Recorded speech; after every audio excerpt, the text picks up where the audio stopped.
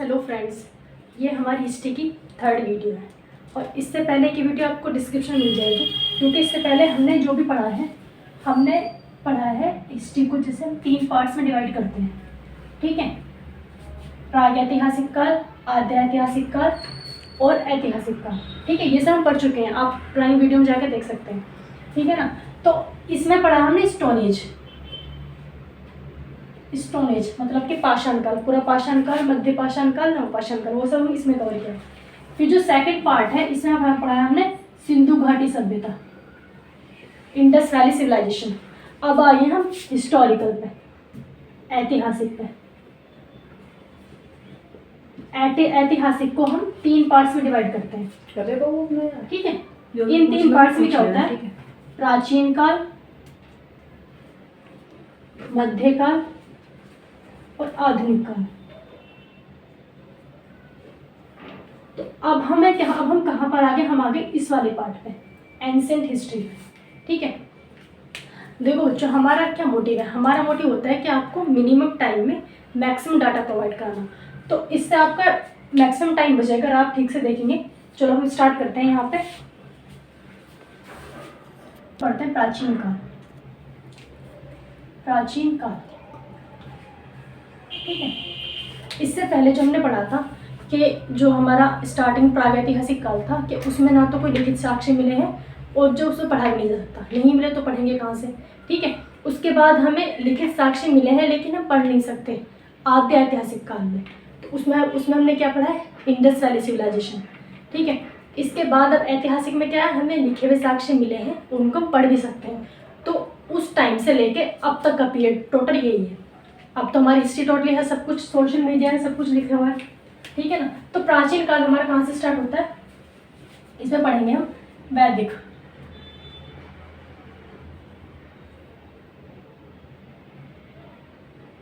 वैदिक काल,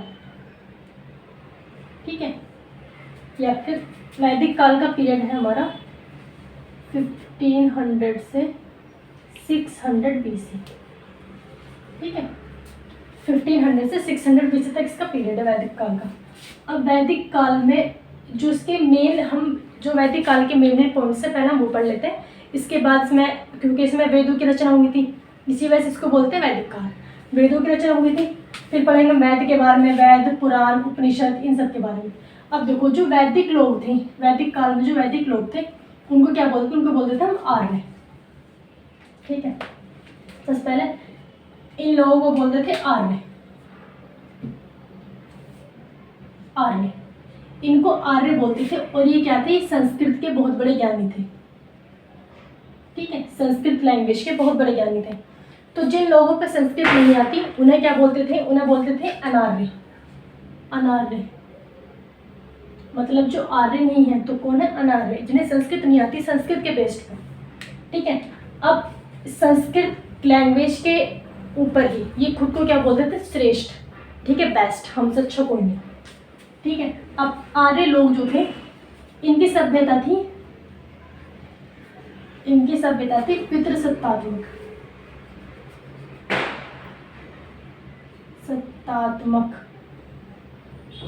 और इंडस वैली सिविलाइजेशन की थी मातृ सत्तात्मक। उसके कंपैरेटिवली ही बता रही हूँ मैं।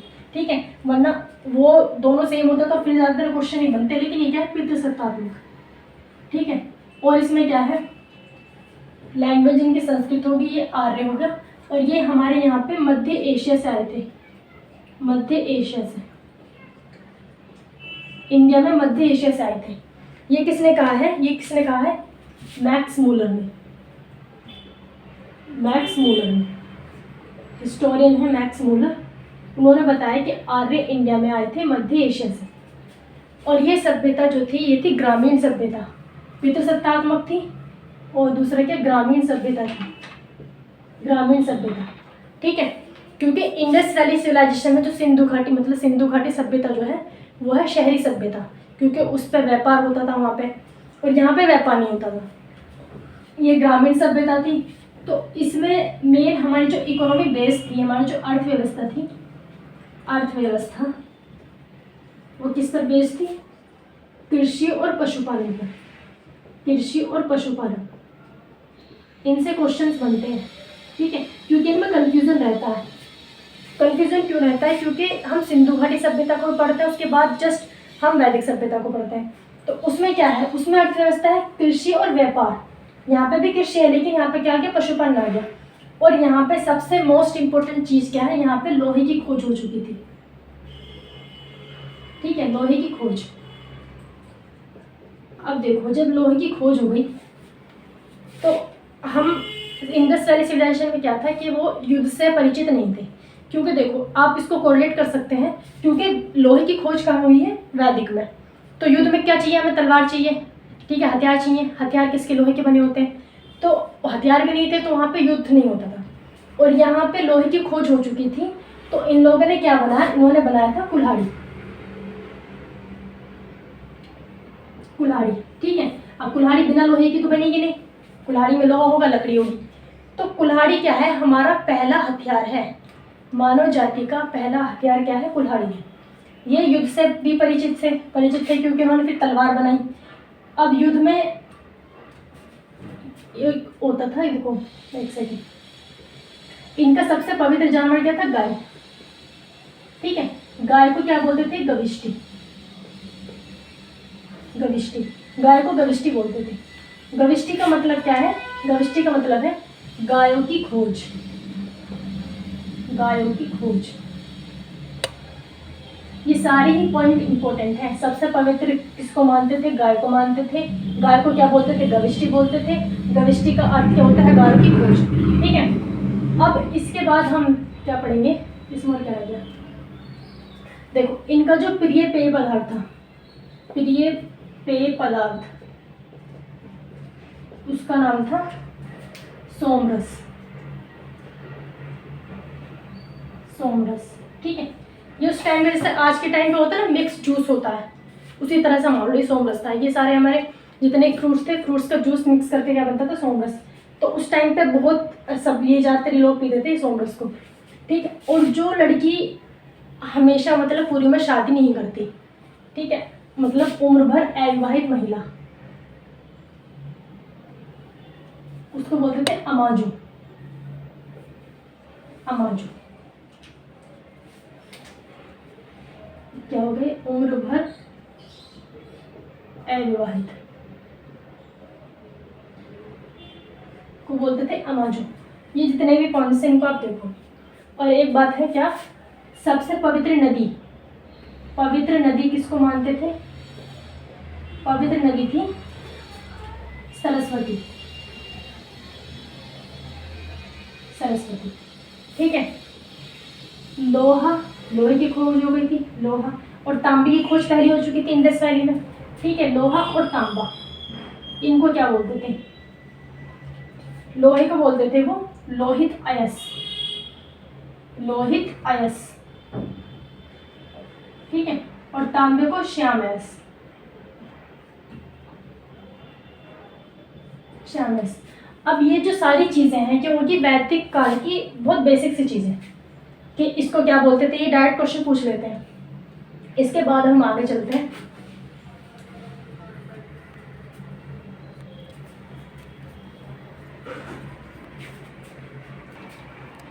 ठीक है, चलिए अब हम चलते इसमें थोड़ा डीप। देखो, वैदिक पीरियड को दो पार्ट्स में डिवाइड किया गया। ठीक है, एक तो ऋग्वैदिक, ऋग्वैदिक काल, और एक है उत्तर वैदिक काल। उत्तर वैदिक काल, ठीक है। अब इनका टाइम पीरियड भी होगा। ये इसका टाइम पीरियड था 1500 to 1000 BC। इनका था 1000 to 600 BC। अब देखो इनमें क्या डिफरेंस है। पहला तो ऋग्वैदिक काल था। ऋग्वैदिक काल क्यों बोले, क्योंकि यहाँ मेन इस टाइम पीरियड में क्या होता, वेदों की रचना हुई थी। वेदों की रचना भी इसको बोलते हैं वेदों का संकलन। ठीक है, वेदों का संकलन हुआ था यहाँ पे। और ये इसके बाद का पीरियड है उत्तर वैदिक काल, तो इससे थोड़ा सा डेवलप है उत्तर वैदिक काल। और इनमें मेन डिफरेंस क्या है कि यहाँ पे जो है इस जगह तो हमारी कास्ट होती है ना, जाति।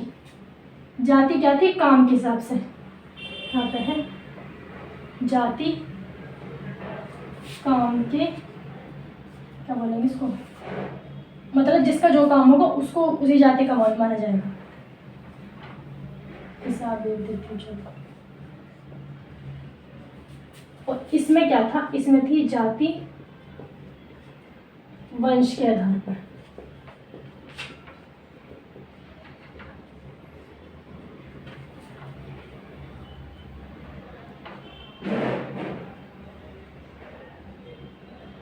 ठीक है, अब इसका क्या मतलब है, जाति काम के आधार पर, जैसे कि जाति काम के आधार पर थी, इस पर 4 टाइप की। ठीक है, ब्राह्मण क्षत्रिय वैश्य शूद्र, ब्राह्मण क्षत्रिय वैश्य शूद्र, इसको मैं लिखूंगी तब देखना। ठीक है, तो ऐसा होता था कि एक ही फैमिली में 4 लोग हैं तो चारों की अलग अलग कास्ट हो सकती है, क्योंकि जो जो काम कर रहा है उसको उसी जाति का मानेंगे। लेकिन इसमें क्या था, इसमें अगर इसमें के वंश के आधार पर, जो कि आज भी सब लोग वही फॉलो करते हैं कि मान लो कोई ब्राह्मण है, अब उसके घर पर जो भी औलाद होगी, जो भी बच्चा हुआ, ठीक है, तो वो क्या होगा, ब्राह्मण ही कहलाएगा, चाहे वो काम कोई भी करे, वो टीचर बने या फिर युद्ध में जाए, सेना में भर्ती हो, कुछ भी हो, लेकिन क्या होगा, वो ब्राह्मण ही होगा। तो इस तरह से यहाँ थी वंश के आधार पर। मेन डिफरेंस इसमें ये है। और ऋग्वैदिक काल में 3 वेद की रचना हुई थी, 3 वेदों की रचना, यहाँ पे 3 वेदों की रचना हुई थी। यहाँ पे बाद का लास्ट का सबसे नया वेद किसको बोलते हैं, अर्थवेद को, अर्थवेद की। ठीक है, रचना नहीं संकलन, रचना वो संकलन। ठीक है, संकलन लिखना इसको। 3 वेद की रचना यहाँ हुई थी, तो तीनों वेद की एक साथ हुई थी, इसलिए वेदों को बोलते क्या है, वेद त्रय। वेद त्रय, ये क्वेश्चन आया हुआ है कि वेद त्रय में कौन सा वेद शामिल नहीं है, कौन सा नहीं है, अर्थवेद नहीं है, क्योंकि इसका ये कहाँ कब हुआ था, बाद में। ये 3 बने थे एक साथ, तो ये तीनों एक साथ जो बने थे ये कौन कौन से है, ऋग्वेद, सबसे पुराना वेद ऋग्वेद, सामवेद और यजुर्वेद। ठीक है, और यहाँ पे है अर्थवेद, इसलिए इन तीनों क्या बोलते हैं, वेद त्रय। ठीक, और जो मैं बता रही थी कि वेदों की रचना नहीं होती, वेदों को क्या होता है, संकलन। संकलन का मतलब क्या होता है कि ये मानते हैं कि वेदों की रचना किसने की है, देव ने। ठीक है, देवी देवताओं ने की है, तो उनकी जो भी चीज़ें हैं, मतलब जो उन्होंने बनाई है वेद के बारे में जो भी लिखा है उसमें, उन चीज़ों को एक साथ जोड़ के एक बुक बनाना। ठीक है, मतलब चीज़ों को इकट्ठा करना, वो क्या कहलाता है, संकलन। तो वेदों की रचना किसी मनुष्य ने नहीं की, किसी ह्यूमन बीइंग ने नहीं की, इसलिए इन वेदों को क्या बोलते हैं हम, अपौरुषेय, अपौरुषेय। ठीक है, ये भी आया हुआ क्वेश्चन है, अपौरुषेय बोला जाता है किनको, वेदों को। और इन्हें क्या बोलते हैं, वेद त्रय। वेद त्रय में कौन सा वेद शामिल नहीं है, अर्थवेद शामिल नहीं है। ठीक है, ये डिफरेंस समझ आया इन दोनों पीरियड्स में। अब आगे चलते हैं।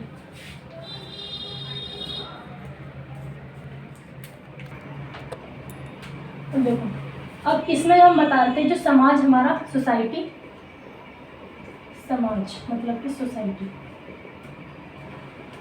सोसाइटी कितने पार्ट्स में डिवाइड थी, 4 में, ऋग्वैदिक काल में। ठीक है, ऋग्वैदिक काल में 4 पार्ट में डिवाइड थी, अब तो वंशान हो गए थे। तो 4 पार्ट कौन से थे, सबसे पहला ब्राह्मण, ब्राह्मण, क्षत्रिय, वैश्य और शूद्र। ठीक है, अब ऐसा था, ब्राह्मण किसको बोलते हैं, ब्राह्मण बोलते हैं जो किसी को कुछ भी सिखाए। ठीक है, जो किसी को ज्ञान की बातें बताए, मतलब कि एज ए टीचर। तो इसमें कौन आएंगे, टीचर लोग। ठीक है, यहाँ पर हम लिख लेते हैं टीचर। और शिक्षक, शिक्षा देने वाला। ठीक है, शिक्षा देने वाला कौन कहलाता है, ब्राह्मण। क्षत्रिय कौन कहलाएगा, जो योद्धा हो। ठीक है, जो लड़ाई करता हो, तो इसमें कौन आएगा, योद्धा। ठीक है, और वैश्य में वैश्य किसको बोलते हैं, जो व्यापार करते थे। ठीक है, उस टाइम पे एक्सपोर्ट इंपोर्ट वाले। ठीक है, यहाँ पे कहेंगे व्यापारी,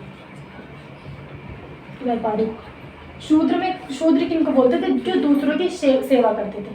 ठीक है, दूसरों की सेवा करने वाले शूद्र, दूसरों की सेवा करने वाले। इनमें बहुत कंफ्यूजन रहता है बच्चों को।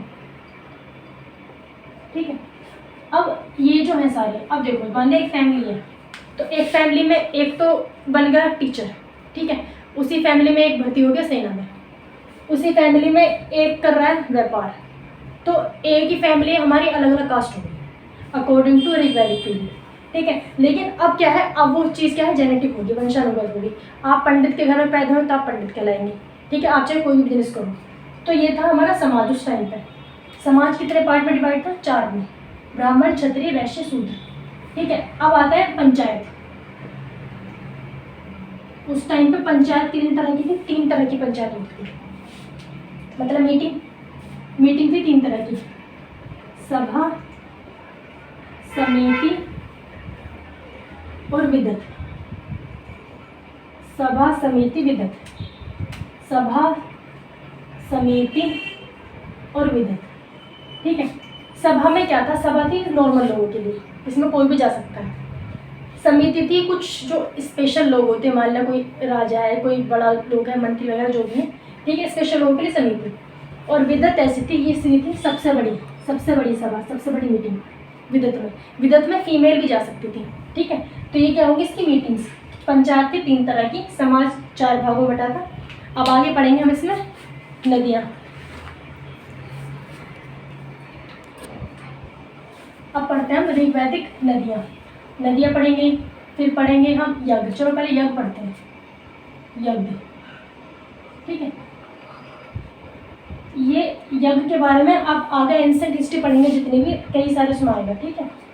एक था सबसे पहले अश्वमेध यज्ञ।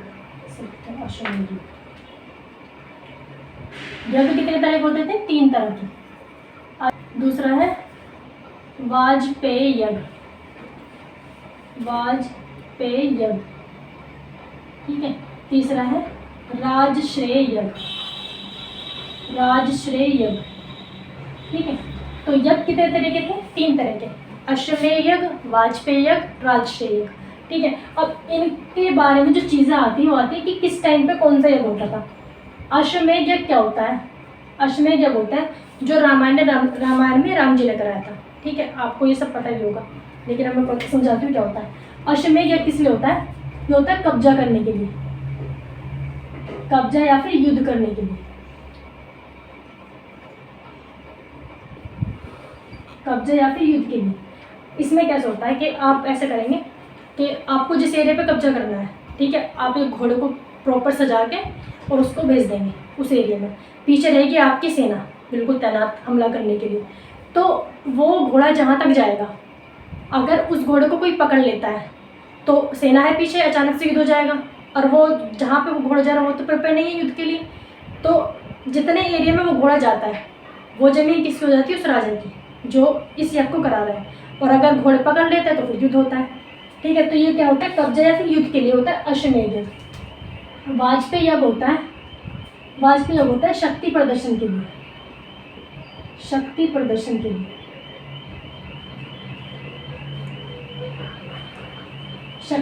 के लिए कैसे? जैसे अभी भी करते हैं, अभी इंडिया करता है, सभी सारी कंट्री करते हैं ये वाला यज्ञ। इसका मतलब होता है जैसे आपके पास जितनी भी पावर है उसको दिखाना।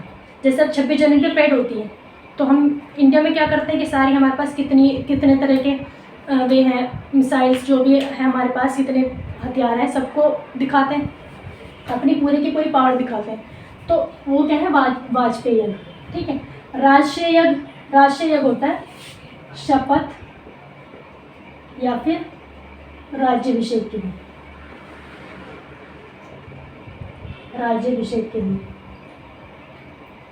ठीक, शपथ या राज्याभिषेक के लिए। अब देखो ये भी होता है। अब जितने भी सीएम, कोई भी सीएम बनते हैं, प्राइम मिनिस्टर बनते हैं, प्रेसिडेंट बनते हैं, शपथ सब लेते हैं। तो उसमें पूरा का पूरा एक मीटिंग होती है, कितने सारे लोग होते हैं, सब देखने वाले होते हैं। तो वो भी एक ये वाला तो यज्ञ है, वो है राजश्रेय, बस उस टाइम पे नाम अलग थे। तो ये सब यज्ञ समझ आ गए। अब आगे चलते हैं।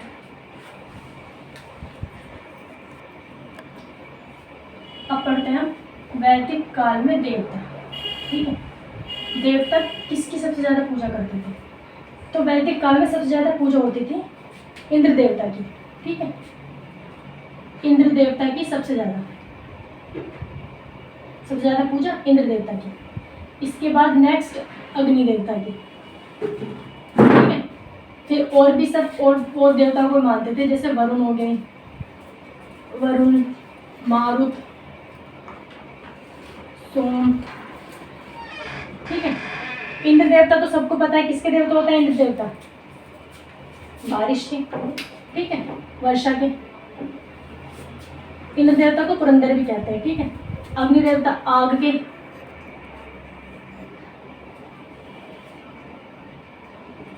वरुण देवता किसके होते हैं? वरुण देवता होते हैं वायु के, वायु के।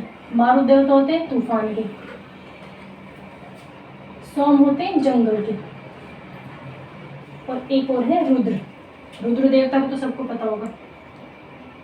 रुद्र किसके होते हैं? रुद्र देवता होते हैं गुस्से के, ठीक है, गुस्सा लिख देते हैं, गुस्सा, ठीक है। तो सबसे ज्यादा जो पूजा होती थी इंद्र देवता की, और इंडस वैली सिविलाइजेशन होती थी पशुपति शिव की, ठीक है। यहाँ पे इंद्र देवता की सबसे ज्यादा। सेकंड नंबर पे अग्नि देवता। इंद्र देवता का जिक्र ऋग्वेद में 250 बार है, ठीक है, 250 टाइम्स, और अग्नि देवता का है 200 टाइम्स, ठीक है। अब हम चलते हैं आगे, सागर पड़ेगी नदियाँ, ठीक है। चलो अब पढ़ते हैं हम ऋग्वैदिक नदियाँ। प्रमुख नदियाँ कौन सी थी? देखो इसमें जो थे, जो हमारे ये आर्य लोग थे, इन्होंने सबसे पहले हमारे भारत में एंट्री कहाँ से की थी? मध्य एशिया से। ये किसी ने कहा था? मैक्स मुलर ने, ठीक है। अब वो जब आए तो एक पर्टिकुलर एक प्लेस होगा जहाँ पे वो रहे थे, तो उस प्लेस को बोलते थे सप्त सैंधव प्रदेश। सप्त सैंधव प्रदेश, सप्त सैंधव प्रदेश, ठीक है। सप्त सैंधव प्रदेश क्या था? इनका निवास स्थान था। बहुत इंपॉर्टेंट है कि आर्यों का निवास स्थान क्या था? सप्त सैंधव प्रदेश, ठीक है। तो सप्त सैंधव प्रदेश क्या था कि जो पंजाब हरियाणा की जो नदियाँ हैं, उन सारी 7 नदियों के आसपास की जगह बोलती सप्त सैंधव प्रदेश। इनमें मेन क्या है? सिंधु नदी और सिंधु नदी की ट्रिब्यूटरी। अब उन्हीं नदियों के नाम क्या थे उस टाइम पर अलग थे। उस टाइम पे नदियों को क्या बोलते थे? सबसे ज़्यादा इम्पोर्टेंट है एक तो सरस्वती तो है ही मेन, अब है देखो झेलम, रावी, व्यास, झेलम, रावी, व्यास, सतलज, झेलम, रावी, व्यास, सतलज, चिनाब, सिंधु, ठीक है, 3 6, सिंधु, गंडक, गंडक, और लास्ट जो इनकी सबसे बढ़िया थी नदी, सबसे पवित्र, सरस्वती। सरस्वती का क्या नाम है? सरस्वती, ठीक है। अब इनके ये तो हम नाम है हमारे अब के प्रेजेंट में, प्रेजेंट हम इन नाम से बोलते हैं, लेकिन उस टाइम पे क्या था? उस टाइम पे नाम इनके सबके अलग थे। उस टाइम पे हम झेलम को बोलते थे वितस्तता, वितस्तता। ये आ जाते हैं नाम के। झेलम का पुराना नाम क्या था? झेलम का प्राचीन नाम क्या था? झेलम को वितस्ता, व्यास को विपासा, सबसे इजी है। रावी को परुष्णी, परुष्णी, रावी को परुष्णी। सतलज को शत्रुद्री, ये भी इजी है, सतलज से मैचिंग है कुछ कुछ, ठीक है, शत्रुद्री। और चिनाब को अस्किनी, अस्किनी, चिनाब को अस्किनी। सिंधु को सिंध, सिंधु को सिंध। गंडक को सदानीरा, सदानीरा हमेशा पानी देने वाली, ठीक है, सदानीरा। और सरस्वती को घग्गर, सरस्वती को घग्गर, ठीक है। अब जितनी भी नदियां हैं जो स्टार्टिंग की साथ ही क्या थी? सब सिंधु प्रदेश की नदियाँ। इनके पुराने नाम क्या थे? ये झेलम का वितस्ता, रावी का परुष्णी, व्यास का विपासा, सतलज का शत्रुति, चिनाब का अस्किनी, सिंधु का सिंध, गंडक का सदानीरा और सरस्वती का घग्गर, ठीक है। इनमें से सबसे ज़्यादा जो पूछे जाते हैं तो झेलम, झेलम, रावी और चिनाब, ये सबसे ज़्यादा आता है एग्जाम में, क्योंकि इनके नाम थोड़े मैचिंग से हैं। व्यास से विपास हो गया, सिंधु का सिंध हो गया, सदानीरा इतना ज़्यादा इंपॉर्टेंट नहीं है, लेकिन ये तीनों सबसे ज़्यादा इंपॉर्टेंट है, ठीक है दोस्तों। अब इससे आगे हम जब पढ़ेंगे अवेद के बारे में, हम नेक्स्ट वीडियो में पढ़ेंगे। अब एक बात तो रहेगी, लेकिन इसमें जो आर्य थे, आर्य लोग जो थे, वो जो आर्य थे वो संस्कृत में बेस्ट थे, ठीक है। तो संस्कृत को आगे बढ़ाने के लिए, अपने संस्कृत को आगे बढ़ाने के लिए उन्होंने क्या किया था? दक्षिण भारत का आर्यकरण और उत्तर भारत का आर्यकरण।